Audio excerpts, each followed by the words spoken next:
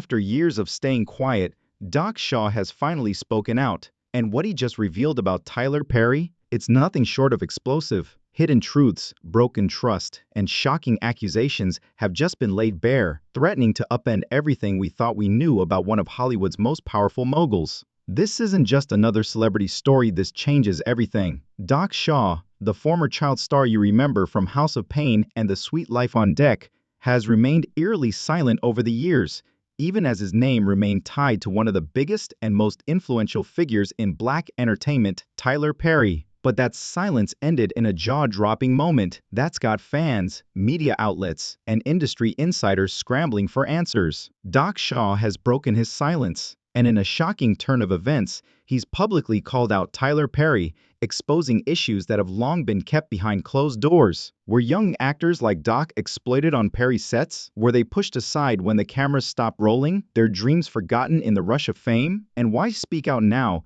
after so many years of silence? In this deep dive expose, we'll unpack the real reason behind Doc Shaw's public statements, the growing legal issues surrounding Tyler Perry, and the jaw-dropping allegations that could forever alter the public image of a man once thought untouchable in Hollywood. This isn't just about a celebrity feud or a former child star seeking revenge, it's about power, control, silence, and finally, the truth. So stick with us, because what you're about to hear isn't speculation or rumor. This is coming straight from Doc himself. And trust us, this is where it gets wild. Before the headlines, before the drama, Doc Shaw was just a young boy with a dream. What happened next? Well, you won't believe it. He was born in Atlanta, Georgia, as Laramie Cortez Shaw, and immediately distinguished himself in his neighborhood with his wit, charm, and camera-ready smile.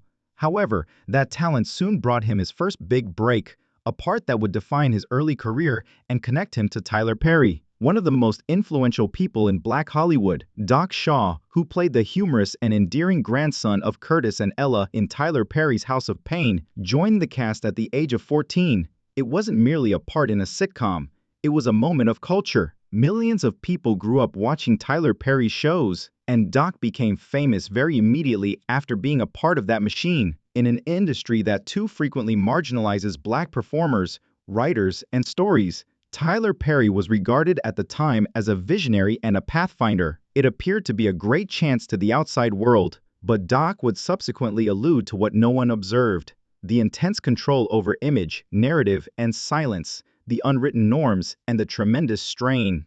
Doc was working long hours under a rigid TV production schedule, even though he was still a young man.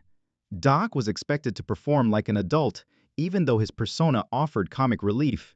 It's possible that many child performers in comparable roles had committed advocates or guardians looking out for their welfare. Doc's latest remarks, however, suggest that those protections weren't always in place. You grow up fast when you grow up in that kind of spotlight, Doc said during a recent podcast appearance. However, when the person who signs your check also controls your destiny, you may grow up in quiet because you are unable to speak up. Despite its subtlety, that remark was the first rift in the well-polished perception that many people had of Tyler Perry's empire. It's also critical to keep in mind that Doc wasn't merely an incidental figure. He rose to prominence on television as one of the most identifiable young black faces. He transitioned into mainstream teen celebrity after House of Pain by landing a significant part on The Sweet Life on Deck on the Disney Channel. However, something was always lacking in spite of the fame: freedom of expression, a voice, or even just some basic deference behind the scenes. However, what transpired once the cameras ceased to record? Why did Doc Shaw start to turn away from Tyler Perry's business empire? And the reasons behind their silent, long-term split. Fans couldn't help but notice something odd as House of Pain seasons progressed. Doc Shaw was spending less time on the screen. It initially appeared to be a logical progression. Malik might have been on his way to college. Perhaps the plot was changing. However, a whole other story was developing behind the scenes. Doc Shaw has virtually disappeared from Tyler Perry's productions by the middle of the 2000s. No public cooperation with the man who helped start his career, no spin-offs, and no cameos in the ever-expanding Twisted. Though slight, it was indisputable. What then took place? Sources close to the production at the time claimed that conflicts over creative control, contract restrictions, and the oppressive work atmosphere were on the rise. Many Tyler Perry performers had previously voiced their displeasure in private but were rarely brave enough to do so in public. Now older, Doc Shaw started to raise questions as a young man trying to find his voice. According to reports, he pushed for greater diversity in the writing room, more control over the development of his character, and even an opportunity to contribute his own project ideas. However, that didn't sit well with Tyler Perry, who is renowned for writing, directing, and producing almost everything himself. There's no room for breathing when you work under someone who controls every line of the script, every camera angle, and every casting decision, one source said. And you vanish if you resist. And he vanished. Fans were taken aback to discover that Doc Shaw's role had been significantly diminished by the time House of Pain was brought back to life in 2020. When Malik did show up, it was now more as a supporting role. There was only silence, no press release, no announcement, no explanation. A lot of people thought Doc had just moved on. However, it's obviously evident from his recent remarks that he didn't depart willingly. They shoved him away. Deeper frustrations were alluded to by Doc in a resurfaced 2023 interview. People assume you're living the dream just because you're on television. However, the truth is that there are instances when you are only surviving in someone else's story because they won't let you write your own. Fans were moved by the line, particularly those who had started to notice flaws in Tyler Perry's public persona, which was based on family, faith, and empowerment. What does it say about the empire behind the camera, though? If actors like Doc felt helpless, overworked, and ignored, the worst part is still to come. Doc is not the only one who is worried. The increasing number of performers, writers, insiders, and voices who are starting to come forward regarding working under Tyler Perry is examined in the next section. Furthermore, some of their assertions are much more startling than documents. For those who are paying attention, Doc Shaw's recent choice to speak in public may have sounded abrupt, but it had been written for years. A gradual but constant murmur of dissatisfaction has been growing beneath the glamour of Tyler Perry's multi-ed network supremacy, his billion-dollar studios, and the viral popularity of his media business. And now, the writers who never existed are making that whisper into a roar. First, let's address one of the most significant criticisms to date: Tyler Perry's well-known policy of not employing writers for a large number of his series. "I don't have a writer's room. Nobody writes any of my work. I write it all." While fans praised Perry's commitment, industry insiders were disturbed when he proudly presented a stack of scripts for The Haves and The Have-Yots, Sisters, and The Oval in a now viral 2020 social media post. Control wasn't the only factor. It was about how Black authors who want to go into Hollywood aren't given enough opportunities.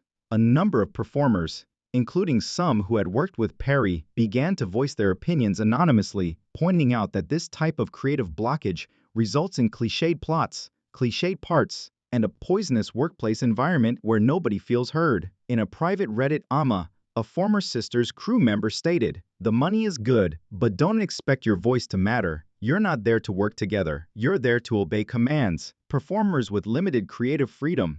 Doc Shaw's complaints are similar to those of other people, some well-known, who have worked under Tyler Perry. Consider Monique. She publicly blasted Lee Daniels, Oprah Winfrey, and Tyler Perry in 2019 for allegedly excluding her from events following her Oscar victory. The reason for her reluctance to fight for Precious without compensation was a different matter. It paved the way for more in-depth discussions about control, manipulation, and power in Black Hollywood. Monique used the best words. "Some of these individuals who say they can help us are the ones who, in private, keep us down." Another actress who made an appearance on one of Perry's Bet series said that after asking for her role to have stronger lines, she was written out. "I wasn't hard," she said. Simply said, "I didn't want to portray another flat stereotype." And it's getting more difficult to overlook the trend now that Doc Shaw has come forward. According to a former crew member who wished to remain anonymous, Tyler developed an empire. But if an empire is founded on quiet, what good is it? The public begins to inquire. Doc's latest remarks in public did more than just reopen old scars. They confirmed the long-held suspicions of many.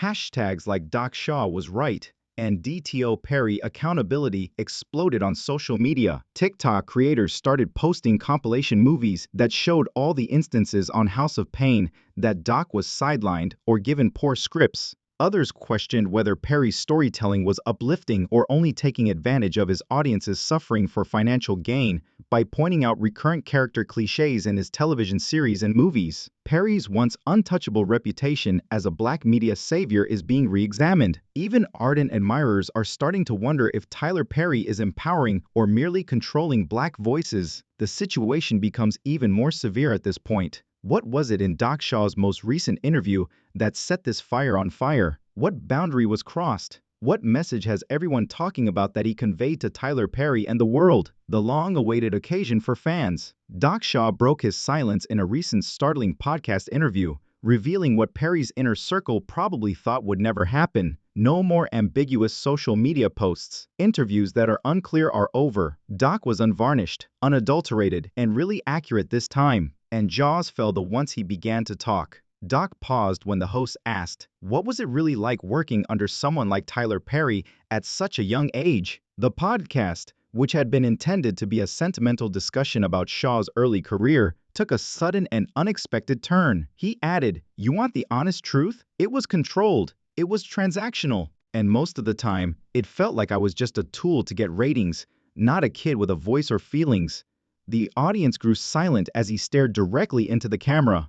Doc continued by saying that he felt creatively and emotionally limited when he was on House of Pain. He talked about times when he was forced to give lines that sounded cliched, lazy, or rehashed, when he was not permitted to challenge the script, and how attempts to speak up were frequently received with subtly demeaning remarks or threats. "Can we change this line? Or can Malik grow in a different direction?" were some of the questions I raised, but I was told no. No conversation. Simply stay in your lane and do your thing. Doc's assertion that Perry's atmosphere was full of implicit anxiety and loyalty tests, despite its seeming family focus, was even more startling. He revealed, "You learn early on when you grow up on a Tyler Perry set. Silence is rewarded. Loyalty is demanded." He also disclosed how, after attempting to negotiate a more dynamic position in subsequent seasons, he was abruptly removed from significant episodes with no explanation. "If you speak out, you don't just lose a role, you disappear." He was aware of my growth, and there was danger in that. "Tyler knew I was growing, not just as an actor, but as a man," Doc stated in one of the most impactful passages of the conversation. This revelation struck shockwaves through the business, and I think that scared him. He wanted obedient actors, not a young black man with a voice on set. It recast Tyler Perry's empire as a rigid, top-down structure where individual voices are suppressed for the sake of unity, rather than as a caring,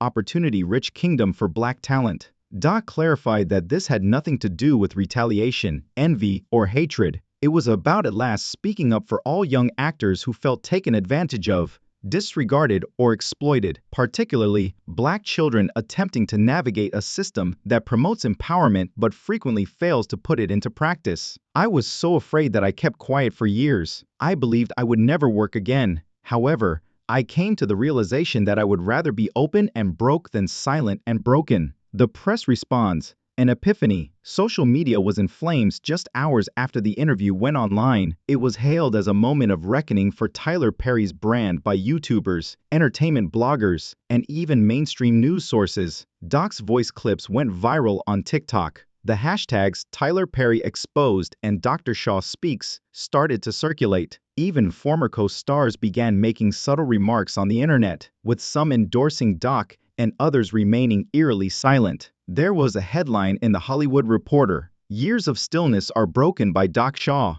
Is fear the foundation of Tyler Perry's empire?" Perry's team, meanwhile, was absolutely silent. No official answer at all. Additionally, the quiet is increasing the suspicion and curiosity of the supporters. But what does Doc do next? Is this the beginning of a larger effort to hold Tyler Perry responsible? Or will Doc be excluded and blackballed for speaking the truth, just like so many other whistleblowers before him? When Doc Shaw chose to speak up, he was aware of the danger. Hollywood has a long history of abandoning individuals who oppose its most influential people, particularly when those people are viewed as untouchable icons like Tyler Perry. But when it came down to it, Doc himself said, "I didn't come this far to be silent." The question is not only whether the world will listen now that he has spoken the truth, it is what the world will do after hearing it. A risk well worth taking. Doc's interview has thus far sparked a flurry of online discussion. Supporters are divided. His courage has been praised by some, who have referred to him as a young legend who is finally recovering his voice and a truth teller. Perry is accused of biting the hand that fed him by others who are more devoted to his legacy. Doc, however,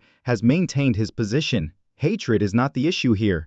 This has to do with healing and accountability. In a subsequent remark, he stressed, "I'm not trying to tear Tyler down. I want to ensure that the performers of tomorrow don't experience what I did. Silence is not enough for us. We are worthy of care, support, and a place at the table." It's a strong message, particularly from someone who had the option to keep quiet and safeguard his reputation. Tyler Perry's camp was silent. Tyler Perry hasn't responded formally as of yet. There was a deliberate, deafening silence, no interviews, press releases, or social media posts. And a lot of people are reading a lot in that silence, assuming Doc's assertions will lose their prominence. Some people think Perry is just waiting for the storm to pass. Others believe that the quiet supports Doc's claims that Perry's empire simply ignores criticism rather than responding to it.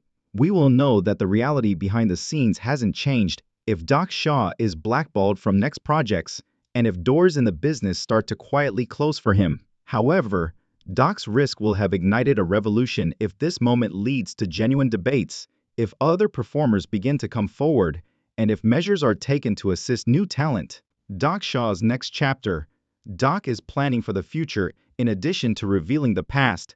He recently hinted at a new project in which he will finally have narrative control. A production business dedicated to guiding up and coming actors, crafting unique scripts that defy stereotypes, and presenting genuine Black stories free from artistic constraints. "I aspire to be what I was not," he described, a leader who empowers, collaborates, and listens. Doc Shaw might suddenly be taking on a position that is even more significant than Malik Payne's, a catalyst for change. Speaking the truth in Hollywood is still risky, but it's also essential. As Doc Shaw's story serves as a reminder, it compels us to pose challenging queries.